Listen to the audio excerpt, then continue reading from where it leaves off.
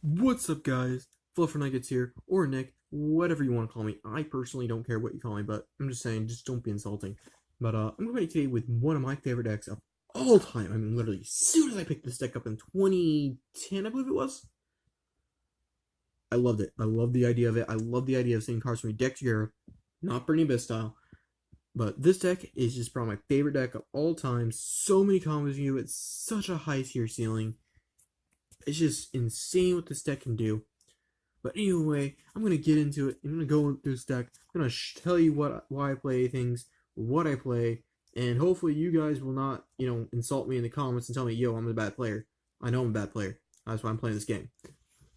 But Raiden 3, in my opinion, the second best normal summon in the deck after Orpho Scorpio. Normal summon it. You mill 2. There's Lightsworn there. You gain 200 attack. Pretty much it. Reinvented Lightsworns, just so you know. Lightsworns weren't fit until this came out. Then you play one of each of your Luminas. Honestly, I don't really like Lumina. I don't like the Twilight Lumina. I mean, it's been working out-ish, but it's kind of like my first card. I like, okay, I'm playing this, I gotta take out Lumina. This Lumina just comes out immediately in a side deck. Like, literally, it doesn't matter what I'm playing against. Like, I will find something to take out. Like, if you say I don't even have a side 4, I'll throw in a random ass card just to get this thing out. I know it's not good to say that, but I'm just like, I don't need it. I never needed this against some decks. A lot of decks, I don't need this. Because this card's good, like, turn 2, after you banish everything with snow. This literally does nothing for me. Game 1. Nothing. Lumina is kind of in there because it summons your Raiden, lets you Michael and extra stuff. And she's more immediate than Twilight. But I'm about to get hate mail. I know I'm gonna get hate comments. But 3 Wulf, 3 and Saxworn. Oops, where? Oops, I picked up an extra card. My bad. I got so lost. I'm like, where my other fellas go? Because I played 2 fellas and 3 wolves. Best cards ever. Because, you just love playing 5 cards that if you draw onto, they do absolutely nothing. Strangely, as strange as that sounds, like, when you see a card that says this card can't be normal summoned or set, it generally should have a really strong effect. And when it special summons.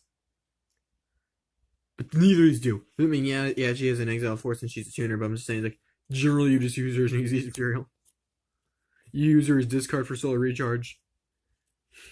But yeah, you play these because, they're the best cards ever to mill. They're the best cards in the deck. This card makes it.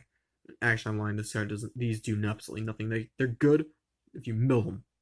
That's it. But you have to play them. It's a Lightsworn deck. Lightsworns. Trolls. Then the worst engine in the game. I'm telling you, like, guys, like, if you play this engine, you're just gonna lose every game. There's nothing like going pretty much +1 ending with. If you win with a Curious and a free rank 4, I mean, you gotta be a bad player. I mean, I don't know anyone who plays this other than me, and I'm a scrub. I hate this. I hate myself for playing this. This is literally like the worst engine in the game. This is like the worst deck. This is like Pendulum Magicians. Like, Pendulum Magicians is the worst deck in the format, and you just... Guys, I know. Please tell me you know I'm joking. I'm not. This is actually my best combo in the deck. This is probably my favorite engine in all the game. I'm not gonna lie. It is. I like this actually. If this wasn't just an extension of the Brilliant engine, just regular Brilliant Fusion, Trick Clown, this is probably my favorite engine because, especially when before Norden was banned, this card was busted. Then obviously the Garnet, because you love your 1900 beat stick vanillas that don't do anything. Trick Clown, Thousand Blades, pretty much the normal combo. But then I also throw the damage jugglers and the hat trickers in there because clowns make you laugh. When you get your face beaten with clowns, you got issues. Then obviously the worst card of the deck, 2 Snow. Honestly, I try to make that into a joke. Snow is like that card right now. It's either good or it's bad. Like, this just sucks against Pendulum Magicians because one card face down isn't going to bother them. I mean, yeah, you can disrupt an Electromite play, but other than that, just nothing really there. True Draco, another big deck of the format. Really don't care because they'll just tribute a monster just so they don't deal with this. But yeah, it's just like pretty much this really doesn't do anything really. It's like this format. It's like it's kind of like not the best format for this card. I mean, it's a really good card. I'll admit that, but I feel like there's so many better things that this card just does not have its time to shine in this format. That's why I'm also playing it too. Also, the fact it's a 40 card build, you're going to mill it anyway, and if you're not milling it, you're just going to send it with Curious. This is a really good card. My friend, one of my guys at my locals, gave me the idea for this card, and I didn't even think about this. I saw Spore, I'm like, why the hell is he playing Spore? Like, then he actually showed me that what he does, he'll banish one of his level 3 monsters, like his lonefire, because he's playing 7 like I do. Triple lonefire, triple predaplant, then triple Scorpio, triple lonefire, 1 darlingtonia and cobra. So it's pretty much 7 cards, which is easy to get in the graveyard. Along with this, you just banish one of those, and this comes to the field as a low 4 tuner that you can just use to synchro, exease, whatnot, and then when it's gone, it doesn't get banished like a plague spreader or anything like that does. So this is just another card you can also use for Snow. And we're like, and I saw that, and he told me that, I'm like, I gotta start doing that now. It has become a staple in my Lightsworn decks. Giant Rex. This is one of my favorite. Actually, one of my favorite little Texan things. Like, as soon as I saw this, I'm not gonna lie, I didn't come up to say that. Yeah, everybody plays Giant Rex in their Lightsworn decks if they're not playing the Sharanui engine. Giant Rex, when it's banished, you spell summon it. So in other words, you banish it with Snow, and it's a free rank 4 because you get Snow to the board, and then you get Giant Rex because it was banished. Yeah. Goblindberg. It just fixes brick hands, and also, I'm not gonna lie, the only reason I played Goblindberg in here, I didn't even have this originally in my deck. I did it because I kept going for the Invoker combo, the Scorpio combo, which, by the way, I will try to show off in this video, because I've gotten too many people asking how to do that on Facebook. It's just that I hang out with, it's just, they wanted stuff I said, but anyway. Goblindberg, I only throw in here because it's an extra earth, so if I draw into Thousand Blades, my combo isn't dead. I've actually rarely ever used that card to actually use this effect. But then for spells, the obviously 3 charge, 3 recharge, and 3 brilliant. You have to play 3 of each of these, or this deck just sucks. Then finally play the 1 monster born because it brings back anything. Foolish Burial and reinforcements of the army. Foolish Burial is pretty much just a toolbox card. It's the best neg 1 in the game because, hold on, because I gotta explain this to people. A neg 1 is when you lose a card and that card doesn't really give you anything in return. Like Monster Born, it gives you a monster back, but you're playing a card, so it's a 1-for-1. Foolish Burial inherently doesn't really give you a card. It just takes one of your hand. So it's inherently a neg 1. But it's the best neg 1 in the game because you send your Wulf, you send Trick Clown, you send Damage Juggler, you send Spore, you send Snow, you send whatever you need, and that is where your +1 comes in. That's where the 1-for-1 comes in. It depends on what you use for it. If that helps you guys, you newer players, understand negs and pluses, I'll try to do a video on that later, explaining the difference. But now on to the extra deck. By the way, I'll have the deck description below. 1 Mrs. Radiant, 1 Proxy, 1 Curious, and 1 Decode. These are the 4 Link monsters that I chose to play. I know people are going to go like, play Skuldred, play Barrellow, play Firewall. Well, here's the thing, I'm not rich. So that's the guy who has the freaking Ultimate Rare Solar Recharge and the freaking Brilliant Fusion.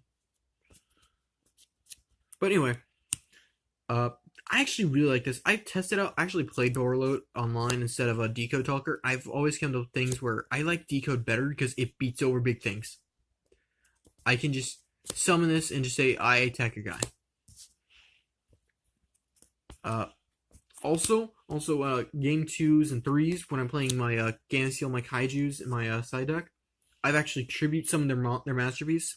This is against your Draco's true story. And I summoned it to my Code Talker, so it's 28. And I attacked it for game. Yeah. Also, guys, little note. You choose where the Kaijus go, not the person getting the Kaiju. But anyway, that's off topic. Going on, Seraphinite for a Brilliant Fusion, nothing like a double summon. Invoker for the combo summon at Curios. Double Minerva, side deck out of Sentry. One bagooska because it's great turn 1. Tornado Dragon, great turn and whenever. 101, great at taking monsters. This is Mr. Steal Your Girl right here. 1 Castel. 1 Michael. 1 Omega. Omega is a real MVP. If I was playing my Sharon Nui engine in here like I want to, I'm still working that out, guys. I want to play like a 45 card Sharon Nui Lightsworn deck, and I'm still working on it. I don't have this 2, but right now it's just 1. But MVP of format right here. Nothing like Chris ripping out cards and recovering cards for snow. And then finally 1 Scarlet. I feel like people are sleeping on Scarlet. I feel like Scarlet is that underrated monster right now with. Because, 1, it's 3,000 attack points, so it's really beefy. It's really big. Then it does burn damage, and it's a board wipe. And Link monsters really can't avoid it that much. With, like, a boar load can kind of get around it, because it'll just decrease Scarlet's attack by 500, no longer equal to, so Scarlet won't destroy boar load. But you generally have 101 Castel to handle that. I know, those won't handle that. What was it? Bagooska, something. He'll suddenly handle it. But this is just kind of get rid of your problematic issues that you have. Plus, it's really good against Pendulum Magicians because they felt their board. You just summon this, you pop everything and attack for game. It's just really good. And I feel like people are sleeping on this format. It's a really good card. It has saved me countless times.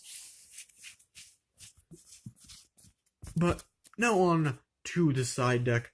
And by the way, guys, side decks are very rare for me. Unless it's like a deck I personally feel like it needs the side deck to be explained a little bit to understand how I do somewhat well to it with the format.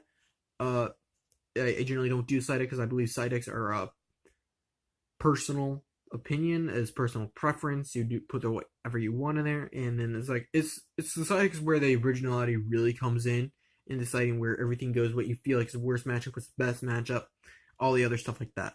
But anyway, Gamma Seals, because you need tribute over things like Chaos Max. I've actually had to do that. I do not like Chaos Max Dragon.